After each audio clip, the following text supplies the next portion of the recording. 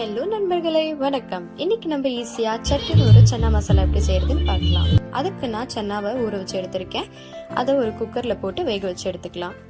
அதை வாஷ் பண்ணி குக்கர்ல போட்டுக்கிறேன். இது வேகிறதுக்காக நான் கொஞ்சம் கல்லுப்பு இதுல கொஞ்சம் சேர்த்துக்கிறேன். லைட் க்ளோஸ் பண்ணி ஒரு 4 இருந்து 5 விசில் விட்டு எடுத்துக்கிறேன்.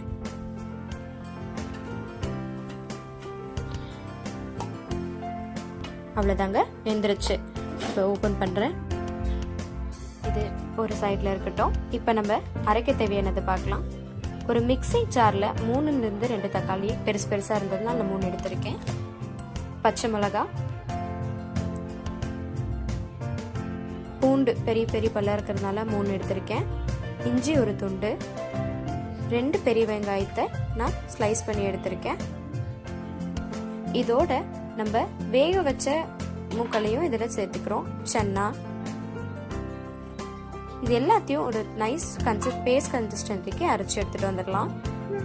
இப்போ ஒரு பேன்ல ஆயில் ஊற்றி பிரிஞ்சி இலை, கிராம்பு, பட்டை இது 3 சேர்த்துக்கலாம்.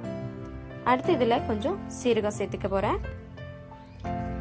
சீரகம் வெடிச்சு பொரிஞ்சதையும் நம்ம இதுல அரைச்சு வச்ச விழுதை ஆட் பண்ணிக்கலாம். பாருங்க, சீரகம் பொரிச்சு வந்துருச்சு. இப்போ நான் விழுது சேர்த்துக்கிறேன்.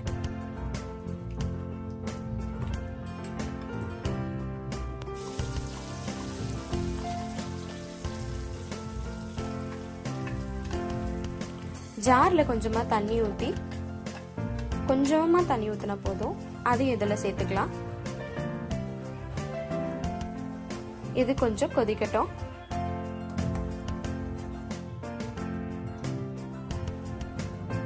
கொதிச்சிட்டு இருக்கு.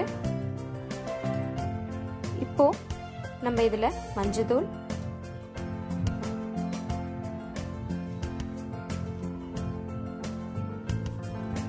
தேவையான அளவு உப்பு,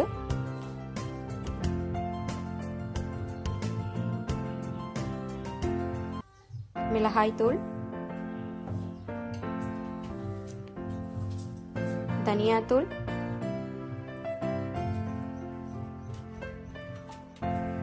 கொஞ்சமா கரம் மசாலா சேர்த்துக்கிறேன். அடுத்து நான் ஃப்ளேவருக்காக கொஞ்சமா சக்தி சிக்கன் மசாலா சேர்த்துக்கிறேன். உங்களுக்கு வேண்டாம்னா நீங்க ஸ்கிப் பண்ணிக்கலாம். அவ்வளவுதான், இது கலந்து விட்டுறலாம். இது கொதிக்கிற கேப்ல நான் சன்னாவை கொஞ்சம் மேஷ் பண்ணி எடுத்துக்கிறேன். சும்மா லைட்டா மசிச்சா போதும். நம்ம கிரேவி கொதிக்கிறத பார்க்கலாம். ஸோ நல்லா கொதி வந்துருச்சு, என்ன மேலே தெரியுது.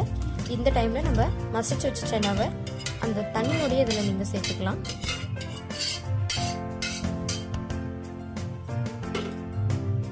கலந்து விட்டுக்கலாம்.